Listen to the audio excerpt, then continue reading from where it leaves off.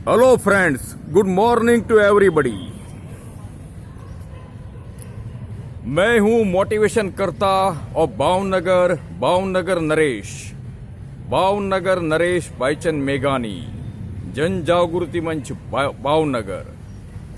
आज 26 जनवरी 2022 यानी कि अपना हिंदुस्तान का आज रिपब्लिक डे है, यानी कि आज है प्रजासत्ताक दिन।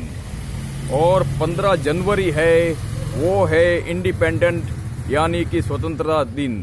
बहुत लोगों को कम पसंद है कि दोनों के बीच में डिफरेंस क्या है। 15 अगस्त को हम लोग को आज़ादी मिली थी और 26 जनवरी को डॉक्टर भीमराव बाबा साहिब आम्बेडकर ने, जो बड़े विद्वान थे, दुनिया की 2-2.5 साल तक अभ्यास करके हिंदुस्तान को एक बंधारण दिया था और आज से बंधारण अमल में आया था।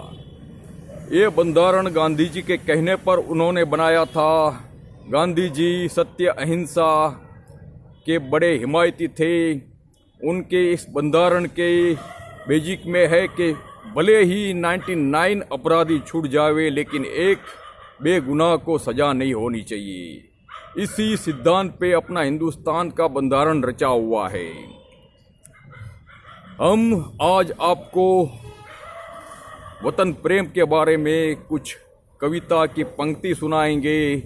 एक अफगान का पठान हिंदुस्तान में आता है और उनको अपने वतन की याद आती है। ये है फिल्म काबुली वाले का मन्ना डे का गाया हुआ एक गाना, जिनके मैं शब्द आपको कुछ सुनाता हूँ कि है मेरे प्यारे वतन, है मेरे बिछड़े चमन, तुझ पे दिल कुर्बान।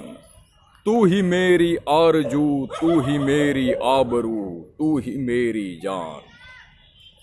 तेरे दामन पे आए उस हवाओं को सलाम, चूम लूं मैं उस जबा को जिस पे आए तेरा नाम। सबसे अच्छी सुबह तेरी, सबसे रंगी तेरी शाम, तुझ पे दिल कुर्बान। एक दुनिया का मर्दाना मिजाज था, जिन्हें हम सदाम हुसैन के नाम से जानते हैं। 91 में मुझे याद है पूरी दुनिया से टकरा गया था ये मर्दाना मिजाज। उस जब भी अमेरिका ने उनको पकड़ लिया और उनको फांसी की सजा सुनाई, जब वो कैद में थे, उस दौरान उनको पूछा गया कि आपकी अगले जन्म की ख्वाहिश क्या है। तभी उन्होंने बताया था, मेरे अगले जन्म की ख्वाहिश है कि मैं हिंदुस्तान में जन्म धारण करूं। हिंदुस्तान की आर्य संस्कृति से वो प्रभावित थे। उन्होंने इंदिरा गांधी जी को अपनी बहन माना था और अपने बच्चों के नाम लव और कुश रखे थे। उन्होंने हिंदुस्तान वासियों को कहा था कि आप लोग बड़े किस्मत वाले हैं जो हिंदुस्तान में पैदा हुए हैं। इस मुल्क में जो आज़ादी है, जो फ्रीडम है, दुनिया में कोई जगह नहीं। बहुत सारी जगह ऐसी है कि जहां पुलिस को भी ठोक देने की यानी कि फायर करने की पावर है। कोई गवर्नमेंट के सामने बोल नहीं सकता है, किसी किस्म की आज़ादी नहीं। तभी हिंदुस्तान में जो भी चीज़, सभी में पूरी तरह आज़ादी है। कश्मीर से लेकर कन्याकुमारी तक कोई भी इंसान ज़मीन जायदाद परचेस कर सकता है, कहाँ भी बिजनेस कर सकता है, कोई भी मज़हब अपना सकता है।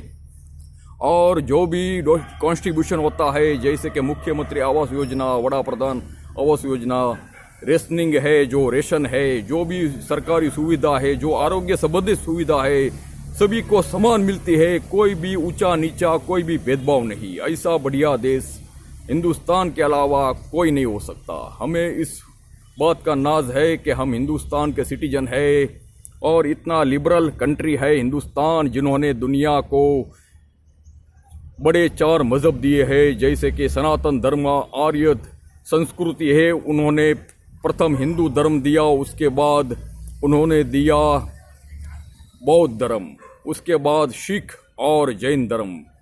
दुनिया के 50% से ज़्यादा धर्म हिंदुस्तान से मिले हैं हमें। और ये चीन का जो लीडर है और ये साउथ कोरिया का लीडर है, वो भी हिंदुस्तान के प्रति बड़े आदर भाव रखता है, क्योंकि वो जानता है कि हमारा मज़हब का उद्भव स्थान हिंदुस्तान है। हिंदुस्तान के इंसान को पूरे दुनिया में इज्जत मिलती है। हिंदुस्तान को एक विद्वान देश की तरह दुनिया देखती है। हमें इस बात का फक्र होना चाहिए कि वी आर इंडियन।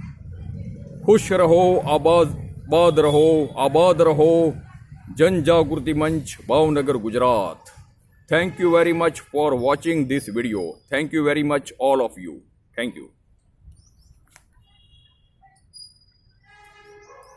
जय हिंद, जय भारत।